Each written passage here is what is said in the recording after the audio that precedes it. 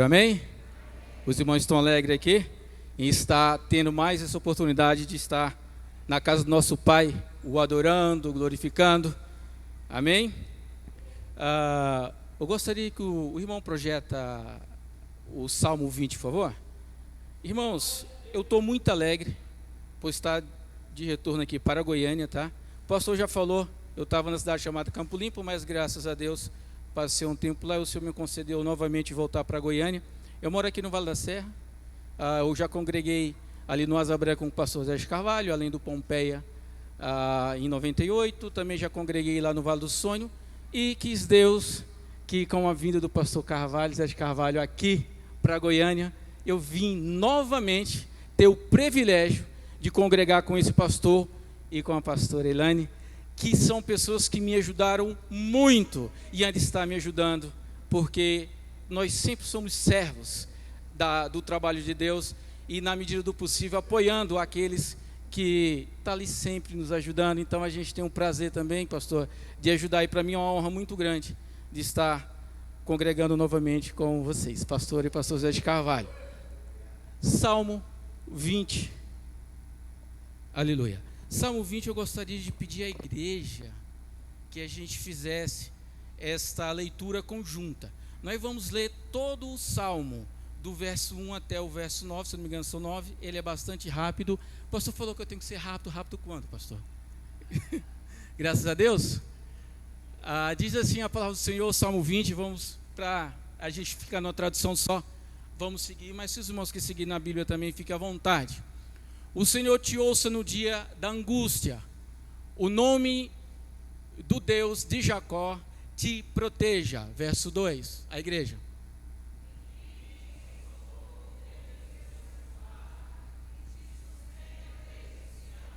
Verso 3, lembre-se de todas as tuas ofertas e aceite os teus holocaustos.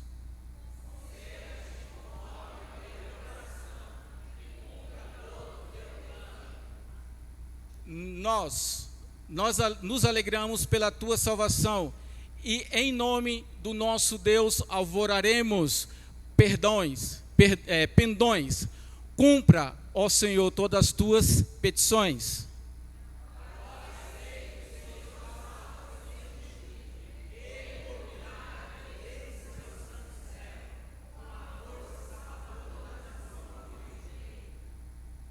Uns confiam em carros, outros em cavalos, mas nós faremos menção do nome do Senhor nosso Deus.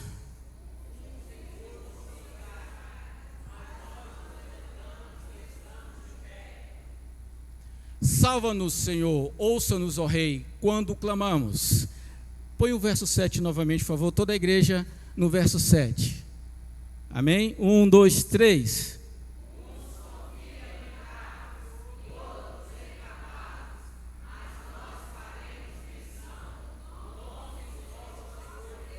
Mais uma vez para terminar. Uns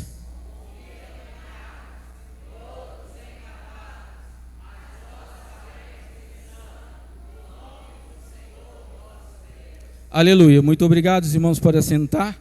Eu gostaria de convidar os irmãos agora para a gente fazer um exercício histórico, um exercício qual nós vamos desenhar alguns fatos históricos para a gente começar a observar confiança, o importante é que a confiança é para nós e como os antes de nós tiveram, tá? Não tem como a gente seguir na vida sem confiar em alguma coisa, não existe.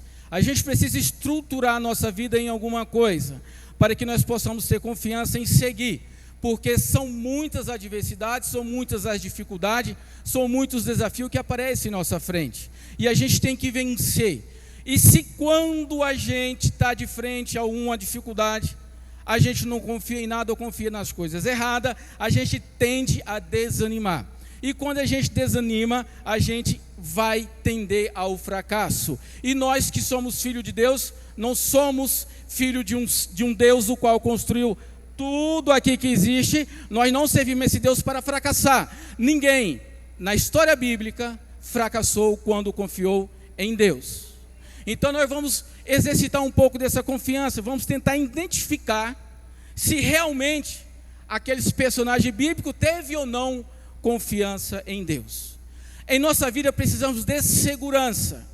Sem segurança, a gente fica um pouco perdido, às vezes nem confiança temos. Então, primeiro vamos olhar para a segurança. O que nos garante que a gente tenha confiança, ou que nos garante que a gente vá vencer. Irmãos, vencer, quando a gente fala assim, alguma coisa que nos garante que a gente vá vencer, parece até que algumas percas são derrota. Não é isso. O nosso maior, ou a nossa maior vitória, é chegar a Nova Jerusalém. Esse é a maior vitória que possamos ter em nossa vida. Mas durante o nosso período de vida, a gente é exposto, ou nós mesmos nos colocamos em situações que precisamos confiar em Deus. Há momento na nossa vida que a gente tem que voltar o nosso pensamento a Deus, porque é de lá que virá o nosso socorro. Então nós precisamos construir uma base. Nós temos que nos fixar em alguma coisa, para que no nosso tempo a gente possa ter mérito naquilo que nós nos propomos a fazer. Não importa se é no estudo, na faculdade, no colégio, na igreja, na família, no trabalho. O importante é que nós precisamos ter uma base para poder até moldar o nosso comportamento.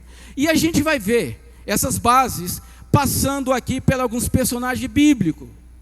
Algumas pessoas que se viram em situações complexas, que precisaram relembrar aquilo que eles tinham aprendido, para que eles se mantessem na rota. Porque sair da rota, jamais. Sair do propósito, jamais. Fraquejar, nunca. Amém? Vamos começar com Abraão. Lá na vida dele, em Ur dos Caldeus, ele estava lá, junto com toda a nação, adorando a diversos deuses. Mas chega a ele um Deus e faz a ele uma proposta. Olha a coisa começando. Vamos imaginar uma pessoa na cidade dele, no país dele, vivendo normalmente igual a todos, mas não em situação agradável a Deus. Porém Deus olha para ele, escolhe ele, faz uma proposta: sai daí. Vamos exercitar se o Abraão teve ou não confiança naquilo que ele ouviu. Se ele não teve uma base para acreditar no que estava acontecendo, ele precisava decidir: saio ou não saio. Ele analisa, ele pensa, observa quem falou com ele, então ele saiu confiante na palavra daquele que chegou até ele, e esse foi Deus. Então a partir dali surge uma estrutura, surge um movimento. Eu vou falar o movimento, pastor. Surge uma estrutura, surge um movimento. Então ele sai de uma situação para outra totalmente nova, que agora ele iria adorar a um único Deus. Ele costumava adorar a vários deuses, mas eu acredito que o Abraão, para ele chamar o coração do nosso Deus, ele tinha um quê de diferente? Ele tinha alguma coisa nele que Deus olhou e falou assim: é com esse que eu quero fazer o que eu pretendo fazer, que era planejar aí o resgate do planeta Terra, ou pegar logo o planeta Terra inteiro, o resgate da humanidade. Ele acredita, ele vai confiante, seguro, segue a vida dele. Passa-se o tempo, ele tem um filho e agora ele é posto à prova. Ele agora que acreditou em um Deus único, que tirou ele da cidade dele, ele vem caminhando muito, ele vem conquistando as coisas, ele chega até Canaã, e agora ele, que nunca teve filho, tem um filho. Agora Deus pede esse filho. Olha agora novamente ele exercitando a confiança que ele tinha em Deus. Eu não estou falando em confiança de livrar o filho, eu estou falando na confiança que vai muito além de livrar o filho. Livrar o filho foi um lucro, não foi o objetivo na cabeça dele. Eu acredito nisso.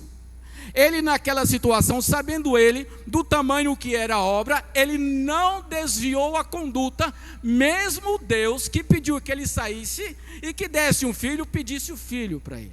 Ele não mudou a conduta, e a gente sabe o final disso. Ele se manteve no caminho, se manteve na convicção, seguro do que estava fazendo, e Deus livrou o filho. E ele seguiu mais alegre do que nunca, eu imagino. Mais para frente na história, cadê o relógio que eu não estou vendo, pastor? Cadê o relógio? Ah, está lá em cima. Amém, até as 20h30, né, pastor, que eu tenho que ir? Então, seguindo a história, eu estou acelerando, tá? Seguindo a história, a gente observa que teve mais conflito para frente. Teve mais um conflito que foi com o Jacó e o Esaú. Foi um dos conflitos mais sérios que ele poderia separar, até deu uma dividida. Mas se a gente vai observar o Jacó, chega um momento que o Jacó, depois dele sair, ele tem que regressar à cidade natal dele. Então ali começa a vir um pouquinho de dúvida. Eu imagino, como que meu irmão vai receber, como que a nação vai receber, meu Deus do céu, vou ter que voltar para lá, vou ter que encarar esse problema, e agora? Mas o Jacó, aprendendo pelo seu pai, também estava fundamentado, estava firmado em Deus. Então, confiante, ele seguiu, porque ele sabia que de Deus não vem coisa ruim. Porventura o meu filho está com o pé de pão e eu vou dar pedra. Cristo já falou isso. Acontece um grande milagre. Se a gente seguir na história, a gente vai ver que os personagens bíblicos vão passando por situações complexas. E eu estou correndo. Bora ver lá o José. O José foi de tal forma emboscado pelos irmãos, passou a ser escravo, mas o que o José tinha de bom no meio dessa situação toda? Era porque ele estava firmado e fundamentado e confiante em Deus, que foi o Deus de Abraão, que foi o Deus de Isaac, que foi o Deus do pai dele, Jacó. Então ele tinha base. Isso foi suficiente para que José não desviasse a sua conduta, não se envolvesse com coisas erradas, mesmo ele em outra nação, mesmo ele como escravo, não importava a situação que o definia ali naquela nação, mas quem definia a vida dele era Deus, era a base que ele pegou dos pais deles. Então ele não se envolveu em coisas erradas, e o lucro disso foi ser governador do Egito. Quando a oportunidade chegou, Deus ainda viu nele condição e o abençoou como governador. O Egito até hoje nunca teve um governador melhor. Bora seguir, bora ver mais problemas para frente. Alguém sabe de um jovem aí chamado Daniel? O jovem Daniel, a nação de Israel foi conquistada. Então Daniel agora, mais alguns jovens, estavam ali em situação complicada também, conquistado pela outra nação, esses jovens foram recrutados para participar lá no castelo, ou ficar junto com os conquistadores, mas esse povo não era o povo de Deus, não era participante das promessas do patriarca Abraão. Eles viram que aquilo que aquela nação fazia era contrária ao que eles tinham aprendido. Então eles não querem se misturar com aquilo. Por que eles não querem se misturar? Porque eles têm base, eles têm entendimento, eles estudaram, eles têm conhecimento, e eles têm fé, e eles têm que honrar tudo isso. Eles precisam honrar. Então eles não querem se contaminar com coisas que levem, que tirem eles do caminho. Então eles firmam no entendimento e fazem as propostas. Eles fazem isso porque eles têm base. Eles firmaram o entendimento vindo dos patriarcas. Eles firmaram, tiveram a ousadia e fizeram as propostas, e daí então eles agradaram a Deus. E quando agrada a Deus, Deus se revela em nossa vida. E mediante todas as dificuldades, Deus vai se revelando, porque nós nos portamos de tal maneira, da qual Deus está constantemente nos observando e agindo ao nosso favor. Mesmo depois que o Daniel foi para a cova dos leões,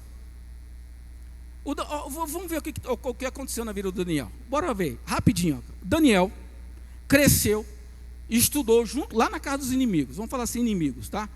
Então, na Babilônia, Daniel cresce, mantém, ele era jovem, ele estudou, se formou, graduou, pós-graduou e não se contaminou. Ele estava mediante aquele povo que tinha práticas que não eram condizentes com as práticas que ele tinha aprendido. Essas práticas dessa nação eram fora aos critérios de Deus, mas ele se portou bem, de tal maneira que não desagradou o lado de lá e nem desagradou a Deus. Aquilo que a gente chama de juntar útil ao agradável. O que o Daniel teve de lucro? Parece que a gente não ganha nada quando a gente adora a Deus. Ganhamos. E por fim, a vida eterna. Daniel foi lançado como terceiro, do terceiro líder, que chamava de príncipe, de 140 que eram os presidentes. Daniel se destacou, e daí então o rei pretendia colocar Daniel superior a todos. Então a persistência de Daniel trouxe a ele condição de destaque, a persistência em relação a Deus. Deu a ele destaque ao ponto de chamar a atenção de outros. Nesse caso chamou a atenção do rei, e o rei falou: esse rapaz é bom, esse menino prospera, tudo que esse menino põe a mão vai bem, é bom a gente elevar essa situação. Então, na hora que eles pretendiam elevar a situação do Daniel, aí aconteceu aquela trama lá, mas eu acho lindo a maneira que o rei falou do Daniel. Falou assim: Daniel, tu vai para o leão, mas eu sei que aquele Deus que tu continuamente serve. Olha o jeito que Deus falou a respeito do Daniel. Eu sei que aquele Deus que tu continuamente serve, ele te livrará. Então o próprio rei, o rei Dário, estava convicto, ele não sendo adorador de Deus, estava convicto que Deus iria livrar Daniel. E Daniel falou assim, depois que Deus livrou: Deus viu em mim que eu não cometi nenhuma transgressão, nem contra ti, rei, nem contra o meu Deus. Então Deus me livrou. Só que o rei sabia que Deus iria livrá-lo, apesar do rei ficar bastante angustiado. E se a gente seguir a história, meu irmão, vai ter muita coisa, mas nesse finalzinho, vamos chegar até Cristo. É com nós agora, é com nós aqui, bora chegar até Cristo. Aonde eu devo firmar a minha casa? Meu irmão, Mateus 7, 24, você consegue colocar aí, o irmão, 7, 24? Vamos ver, eu acho que é 7, 24, onde nós temos que olhar. Agora, qual que é a nossa fonte? A fonte de entendimento de todos lá no Velho Testamento era Deus eterno, Deus de Israel, Criador do céu, Criador da terra. Nós também temos uma fonte que a gente pode beber, além de Deus, além da fonte que Deus, além de Deus fica até pesado, né? Além de Deus, existe alguma coisa além de Deus? Eu falo assim, para os irmãos entenderem, para não falar que eu estou blasfemando. Todos os do Velho Testamento diariamente adoravam a Deus, oravam a Deus, buscavam a Deus. Nós temos Deus e mais uma coisa. Não colocou, irmão, Mateus 24? Desculpa, é Mateus 7, verso 24. Bora ver se eu não errei, ainda ver se está aqui na cabeça. Bora ler, irmão? Bora ler? Olha o que Cristo está falando com a gente. Os irmãos podem ler? Sentado mesmo, irmão, se levantar. Vamos ler, bora ler? A igreja, pode ler, faz favor.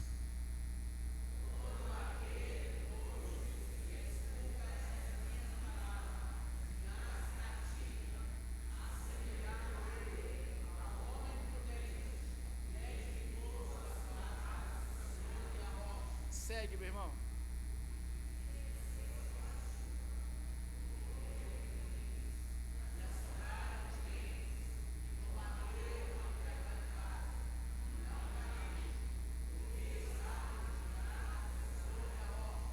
Mais um, meu irmão.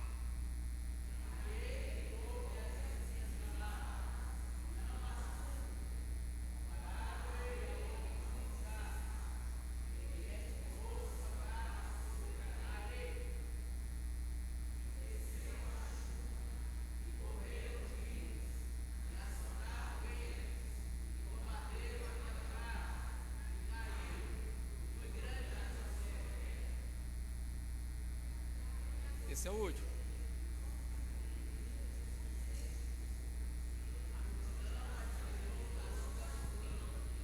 Amém. Agora, para finalizar, nós vamos ler, para finalizar, tem mais 5 minutinhos, depois a gente fala rapidinho disso. O 11:28. 11:28.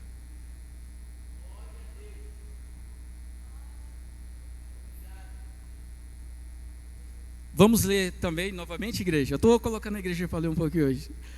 Bora lá, igreja. O verso 11:28.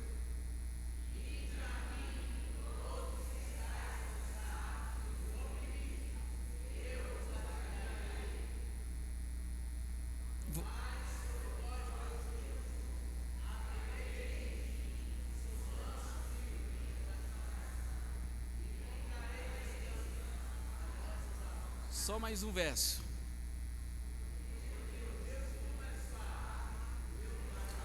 Aleluia! Então, amados irmãos, aonde é a nossa fonte além da fonte de Deus, além da fonte que bebeu os patriarcas, a fonte aonde bebeu todas as pessoas que têm grande testemunho? Nós temos também uma segunda fonte, que é Cristo. É sobre Cristo que vamos edificar nossa casa, mocidade, adultos. É em Cristo que devemos edificar a nossa, é lá que nós vamos edificar a nossa base. Porque por mais que venham pessoas que queiram, por mais que venham intempéries, por mais que venham dificuldades, essa casa jamais será abalada. Então devemos cada dia mais aprender de Cristo, devemos viver Cristo, devemos estar com Cristo. E onde buscar? Como fazer isso? Só ler João, leia o Velho Testamento, no caso, leia os 4 evangelhos mais João. Se você ler isso, nós vamos observar que ali nós temos uma boa fonte, porque é em Cristo que a gente deve firmar. Também tem na nossa vida, amados. Agora vamos passar para a parte pessoal. Quando a gente olha para a parte espiritual, nós sabemos que na parte espiritual é Deus, é Cristo. Nós oramos, nós jejuamos, nós aprendemos isso. Nós consagramos a nossa vida, nós louvamos a Deus. Essa é dentro da nossa parte espiritual. Mas há momento também que aparecem problemas e dificuldade que está extra igreja, que está além da igreja. E essa dificuldade, ela pode aparecer em qualquer local. Em qualquer local. E o que eu quero chamar a atenção dos irmãos é para uma coisa, é para estar preparado para enfrentar essas dificuldades. Tem dificuldade que a gente tem que enfrentar, que o nosso Deus nos orienta, para que a gente possa ter equilíbrio para enfrentar essas dificuldades. Porque se a gente for agir conforme o nosso ímpeto, conforme a nossa vontade, o que pode acontecer é que a gente vai aumentar o problema. Quando a gente sai um pouquinho e confiamos plenamente em nós mesmos, a gente tende a aumentar o problema. Então, quando surgir esses problemas, a gente tem que saber que as nossas decisões, que as nossas ações têm que estar baseado nos ensinamentos de Cristo. Que a gente, antes de agir, antes da gente fazer, nós temos que parar, respirar e analisar. Estar seguro dessa decisão, para que quando a gente venha tomar essa decisão, a gente não venha a prejudicar mais ainda. Porque se a gente não fizer isso, amados irmãos, o que pode acontecer? A gente pode perder oportunidades que não era para perder. A gente pode jogar alguma coisa para trás, a gente pode descartar alguma coisa que não era para descartar. Mas quando a gente observa, já foi, já escapou a sua mão. E você vai depois lamentar isso, ou vai falar com Deus, e daí já é tarde demais. Daí vem as causas, vem as consequências de tudo isso que aconteceu. Então, eu gosto muito de falar, antes de agir, amados, vamos buscar a Deus. Vamos falar: Senhor, é para mim fazer, eu posso fazer? Será se essa minha ação está me deixando mais longe de você? O que eu quis mostrar aqui para os irmãos, assim, bem rápido, bem corrido, é que todos esses do Velho Testamento que antecederam a gente, eu falei só de alguns, eles se preocuparam, independente da situação, não transgredir as leis que eles tinham aprendido dos patriarcas, porque eles sabiam que o que era importante para eles era eles obedecer a Deus. Então eles se mantiveram nesse pensamento, nesta linha. E daí então eles foram prósperos, apesar da adversidade. Porque Deus também prospera. Quem falou para você que na adversidade é só ir para ir para baixo? Não, adversidade é adversidade, dificuldade é dificuldade. A dificuldade ela jamais deve ser suficiente, ela não pode ser suficiente para estragar a sua vida. A dificuldade, já que ela chegou, você vai trabalhar isso, trazendo Deus para perto, e você vai colher, mediante essa dificuldade, uma prosperidade. Não é porque a dificuldade te gerou prosperidade, é pela sua conduta dentro da dificuldade. Amém? E eu sou grato a Deus, é um prazer imenso estar aqui com os irmãos. Pastor Zé de Carvalho, muito obrigado. Que o Senhor Jesus possa estar cada dia mais com essa igreja. Eu acredito que essa é a 4ª vez que eu vim aqui. Eu já tinha vindo aqui 2 vezes antes do Zé Carvalho, do pastor Zé Carvalho e do pastor Eilândia, já tinha vindo aqui, antes de ir para Campo Limpo, mas o coraçãozinho já estava batendo forte para vir para essa congregação, e quando o pastor Zé Carvalho estava aqui, foi só a confirmação. Igreja de Deus, muito obrigado, que o Senhor possa estar convosco todos os tempos, todo momento, amém? Pastor Zé Carvalho.